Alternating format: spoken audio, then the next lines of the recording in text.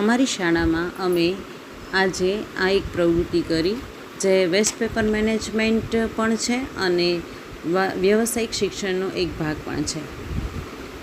આ પ્રવૃત્તિ કરવાની પ્રેરણા અમને દેવભૂમિ દ્વારકા જિલ્લાના શિક્ષક શ્રી જગાભાઈ આહિર પાસેથી મળી. તેમનું આ ઇનોવેશન હતું. એકદમ સરળ અને શાળામાં રહેલા વેસ્ટ પેપરને પાણીમાં પલાળી રાખવાથી એક સરસ મજાનો માવો આપણી પાસે તૈયાર થાય છે.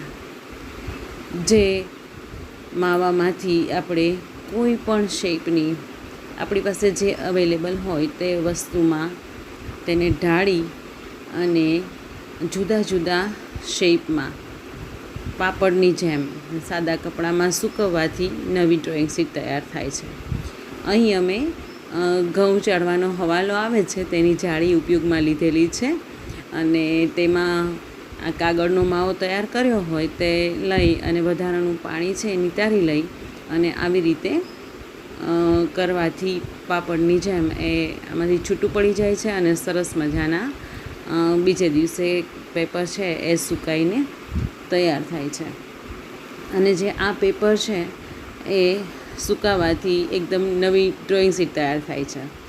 અહીં અમે આ હવાલાના જાળીની મદદથી રાઉન્ડ શેપની જુદી જુદી થોડીક ડ્રોઈંગ શીટો તૈયાર કરેલી છે જે આપણને એક ડ્રોઈંગ પેપરની જેમ જ ઉપયોગમાં લઈ શકાય તેવી છે.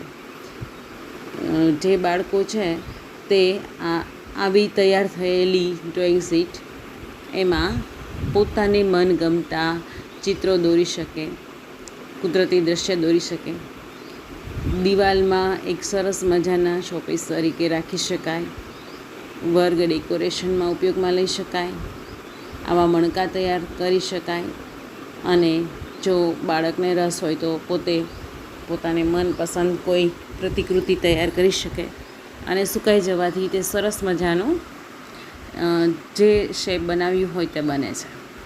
અને તેના દ્વારા આવી જુદી જુદી ડ્રોઈંગ્સ આપણે તૈયાર કરી શકીએ છીએ. અને મણકામાંથી TLM બનાવી શકાય, લાંબી પટ્ટીઓ જો બનાવવી હોય, ચોરસ આપણે જેવી જરૂરિયાત હોય તેવું બનાવી શકીએ છીએ. આ છે અમારી પ્રવૃત્તિની નાનકડી ઝલક.